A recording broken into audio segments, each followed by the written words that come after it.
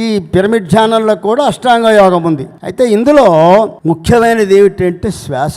మొదట్లో దాన్ని ఊపిరి అంటాం. ఊపిరి నిలబడితే పుట్టాడు అంటాం, ఊపిరి బలపడితే పోయాడు. అయితే కదా, ఈ రెండు ఊపిరిల మధ్యనే మానవ జీవితం అంతా కూడా నిలబడి ఉంది. ఎప్పుడు ఊపిరి వస్తుంది జీవికి?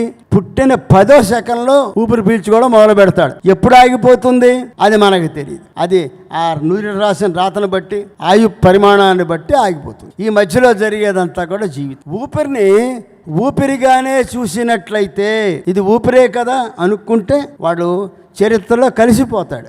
కానీ ఇది ఊపిరి కాదు, ఇది శ్వాస. దీనికి ఉచ్ఛ్వాస నిశ్వాస అని 2 రకాలు ఉన్నాయి.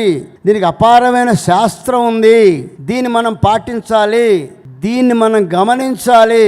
తద్వారా అందులో వచ్చే అద్భుతమైన ఫలితాలు అందుకోవాలి అని జిజ్ఞాస ఉన్నటువంటి ముముక్షువు చరిత్రలో నిలిచిపోతాడు.